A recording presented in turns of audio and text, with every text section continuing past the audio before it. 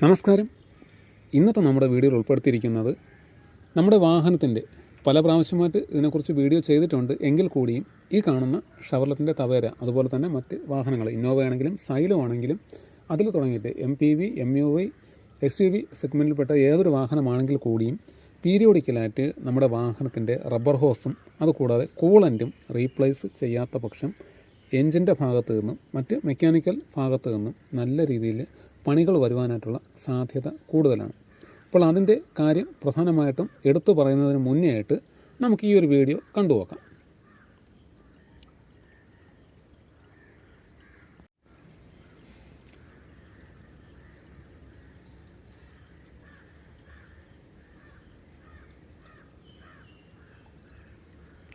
നമുക്ക് ഈ വീഡിയോ ശ്രദ്ധിച്ചാൽ അറിയാൻ പറ്റും, ഈ കാണുന്ന ഭാഗം, അതായത് ടോപ്പ് സൈഡ് വാട്ടർ ലൈന്, അത് ഈ കാണുന്ന ഭാഗത്തിൻ്റെ ടർബോയിലോട്ട് പോകുന്ന ലൈന്, ഇത് ടർബോയിലോട്ട് പോകുന്ന ലൈനാണ്.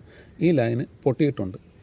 അതുമല്ല, ഈ ഭാഗത്ത് നമുക്ക് കൂളൻ്റ് ലീക്കാവുന്നത് ശ്രദ്ധിച്ചാൽ അറിയാൻ പറ്റും, വീഡിയോ ശ്രദ്ധിച്ചാൽ അറിയാൻ പറ്റും. പീരിയോഡിക്കലായിട്ട് കൂളൻ്റ് മാറാത്തത് കൊണ്ടും രണ്ടാമത്തെ ഒരു പ്രധാന സാഹചര്യം എന്ന് പറയുന്നത് റബ്ബർ ഹോസ് അതാത് സമയത്ത് മാറാത്തത് കൊണ്ടുമാണ് ഈ ഒരു പ്രശ്നം വന്നിട്ടുള്ളത്. മുൻകാല നമ്മുടെ പഴയകാല വീഡിയോസൊക്കെ, വർഷങ്ങൾക്ക് മുമ്പിട്ട വീഡിയോസിലൊക്കെ വ്യക്തമായിട്ട് ഇതിനെക്കുറിച്ച് പറയുന്നുണ്ട്. നമ്മുടെ വാഹനത്തിൻ്റെ മെയിൻ എൻജിനിൽ വരുന്ന റബ്ബർ ഹോസുകളും മറ്റ് ഭാഗങ്ങളും അത് പീരിയോഡിക്കലായിട്ട് ഓരോ 40,000 കിലോമീറ്റർ കൂടുന്തോറും അല്ലെങ്കിൽ 30,000 കിലോമീറ്റർ കൂടുന്തോറും കൂളൻ്റ് റീപ്ലേസ് ചെയ്യണം.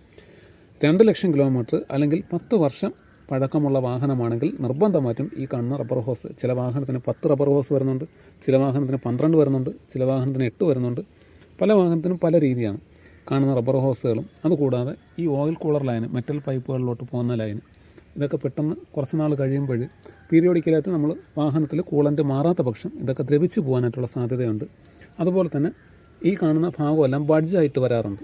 ഈ ബഡ്ജായിട്ട് വരുമ്പോൾ പല രീതിയിലുള്ള ഇഷ്യൂസ് വരും. ബഡ്ജായിട്ട് താഴത്തെ പൈപ്പെല്ലാം ബഡ്ജായിട്ട് അത് വീർത്ത് പൊട്ടിപ്പോവാനും സാധ്യത കൂടുതലാണ്. അങ്ങനെ പൊട്ടുമ്പോഴാണ് വാഹനം ഓടുന്ന സമയത്ത് ടെമ്പറേച്ചർ വേരിയേഷൻ വരുന്നതും എൻജിൻ്റെ പിസ്റ്റൺ പിടിച്ച് വാഹനം നിന്ന് പോകുന്നതും. അപ്പോൾ പലർക്കും അതറിയത്തില്ല. പിന്നെ അതുകൂടാതെ ഈ വാഹനങ്ങൾക്കെല്ലാം കൂടുതലും പ്രശ്നം വരുന്നത് സെക്കൻഡ് ഓണർഷിപ്പിൽ വാഹനമെടുക്കുന്ന വാഹന ഉടമകൾക്കാണ്. അവർക്ക് ഇതിനെക്കുറിച്ച് അറിയത്തില്ല. ഏതൊക്കെ പാർട്സുകളാണ് റീപ്ലേസ് ചെയ്തിട്ടുള്ളത്, ഏതൊക്കെ പാർട്സുകളാണ് സമയാസമയം ഇൻസ്പെക്ഷൻ ചെയ്തിട്ടുള്ളത്, ഇതൊന്നും ആർക്കും അറിയില്ല. അപ്പോൾ അതുകൊണ്ട് നിങ്ങളൊരു പുതിയ വാഹനം എടുത്താലും പഴയ വാഹനം എടുത്താലും അതിൽ എത്ര കിലോമീറ്ററാണ് ഓടിയിട്ടുള്ളത്, അല്ലെങ്കിൽ ആ വാഹനത്തിന് എത്ര വർഷത്തെ പഴക്കമുണ്ട്, നമ്മുടെ വാഹനത്തിൻ്റെ പഴക്കം നോക്കിയിട്ട്, ആ ഇയർ നോക്കിയിട്ട് പീരിയോഡിക്കലായിട്ട് റീപ്ലേസ് ചെയ്യേണ്ട കാര്യങ്ങൾ റീപ്ലേസ് ചെയ്യണം. 10 വർഷം 2 ലക്ഷം കിലോമീറ്റർ ഓടിയില്ല എങ്കിൽ കൂടിയും 10 വർഷമായിട്ടുണ്ടെങ്കിൽ ആ വാഹനത്തിൻ്റെ റബ്ബർ ഹോസുകൾ നിർബന്ധമായിട്ടും റീപ്ലേസ് ചെയ്യണം. അതുപോലെ തന്നെ കൂളൻ്റ് ആണെങ്കിലും അത് പീരിയോഡിക്കലി 40,000 കിലോമീറ്റർ അല്ലെങ്കിൽ 30,000 കിലോമീറ്റർ കൂടുന്തോറും, അല്ലെങ്കിൽ 1 വർഷമോ 1.5 വർഷമോ ഉള്ളിൽ, ഇപ്പോൾ 40,000 കിലോമീറ്റർ ഓടിയിട്ടില്ല എങ്കിൽ കൂടിയും ഒരു 1-1.5 വർഷത്തിനകത്ത് കൂളൻ്റ് നിർബന്ധമായിട്ട് റീപ്ലേസ് ചെയ്യണം.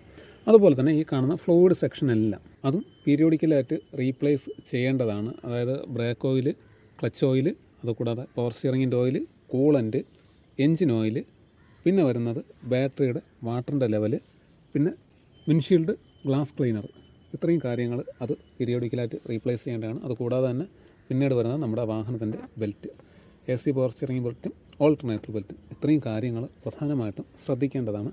അതുപോലെ തന്നെ ഗിയർ ഓയിലും ഹൗസിംഗ് ഓയിലും ഇത്രയും ഫ്ലൂയിഡ് സെക്ഷനിൽ വരുന്നതാണ്, അതും പ്രധാനമായിട്ടും ശ്രദ്ധിക്കേണ്ടതാണ്.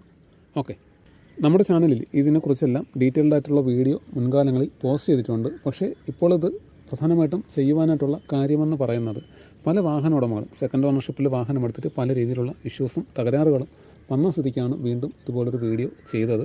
അതുകൊണ്ടാണ് എല്ലാവരും ഈ ഒരു കാര്യം പ്രധാനമായിട്ടും ശ്രദ്ധിക്കുന്നത്. ഓക്കെ.